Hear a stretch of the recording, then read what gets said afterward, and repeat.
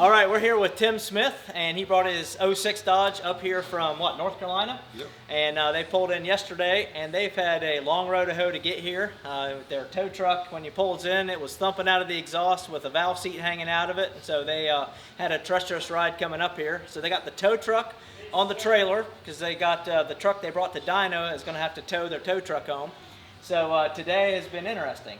Why don't you tell the guys a little bit about the build and what we're here to do today. 67 turbo, 100 over dynamite injectors, dual fuelers. And this is NV 5600 or G56? NV 5600. Cody Albright, he helped me with that a lot over at Super Stick. With all that being said, got the on-3 intercooler and some other stuff. I don't know. Yeah. But anyway. It's been a long process, right? Yes, you got a lift pump, yes. I'm assuming? Air dog or fast? Yes, sir. Lift pump. Yep. We started the day by checking it for boost leaks, right? And there was no boost leaks. But first rip did, what, 787? Yep. And then the second pass, we turned the fuel up, and it made less horsepower. Next pass made less horsepower. So we're like, okay, let's check it for a boost leak again. And we found that the intake plenum had split. This gasket split in half and blew out. So I'm guessing one of the bolts was a little bit loose. I don't know what they found, but I think that's what it was. On lunch break they tore it apart, and we got a new gasket for them, and we threw that in, and did not change the tune, and it went from 787 to 863. So really tickled. It went from 42 pounds of boost to 50 pounds of boost, and just that little bit of boost difference from that boost leak makes a big difference in horsepower. Big difference. And you had a goal of what, 800 horsepower? It's 750 to 800. Wanted to keep a good streetable truck. And, got 8. Then I said, man, 850 would be amazing. And then, you know, we could have went up from here. But Right. When you're playing it safe. Yeah, when you're making 50 pounds on a stock appearing turbo, and this is the truck that has to tow your tow truck home, I said let's just stop, you know, because you could cram some more fuel in it, probably make a little bit more, but when you got to get back to North Carolina, then it's more important to get home than it is to make 900 horsepower. Absolutely. So what we're going to do now is we're going to run down all 5 tunes. And we've got tune 4, which is just a little bit less fuel. Went from 1900 microseconds on tune 5 and 1800 microseconds on tune 4, 1600 microseconds on tune 3, and then 1400 microseconds on tune 2. And then tune 1 we made a valet tune where it's like 50% of the fuel quantity and it nosedives over 2400 RPM. So that way if he takes his truck to a detail shop and he can put it on tune 1 and walk away from it, and they can't go out and joyride an 850 horsepower truck.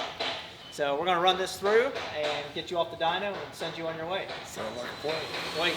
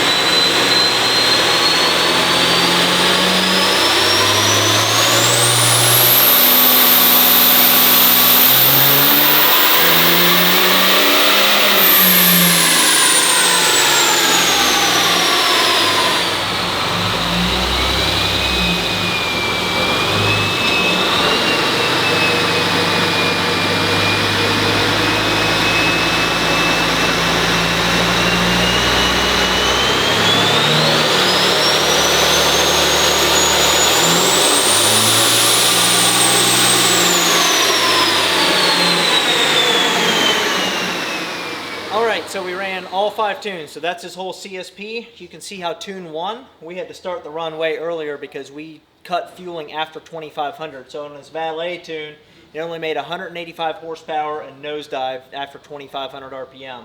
Then tune 2 makes 618 horsepower, tune 3 737, and then tune 4 and 5 are both max effort. One's 1800 microseconds, one's 1900 microseconds. They're within 3 horsepower of each other. That tells me that, you know, we're cramming up against the edge of where the turbo limits are when you add 100 microseconds of fuel and only pick up 3 horsepower. So another thing that we noticed, right here I can see at the beginning of that run when we were making 1430 foot-pounds of torque, it actually slipped the clutch a little bit. This is a 1-to-1, so right at peak torque, we got a little bit of slip. So we're about at the limits of the torque that this clutch can handle. So altogether, I think he's got a well-rounded setup, but he's gonna have to be careful how much he lugs this thing into high torque because he could potentially hurt the clutch. But that's what we do on the dyno, get it all dialed in, get all this information so where we can make database decisions. So appreciate you guys watching, hope you guys have a good day, and we'll catch you on the next one. Also guys, a quick plug, we got UCC ODR race coming up end of May, May 30th through June 1st. That's at Indianapolis, Lucas Oil Raceway Park. There's gonna be drag racing, sled pulls, dynos, burnouts. It's gonna be a huge show.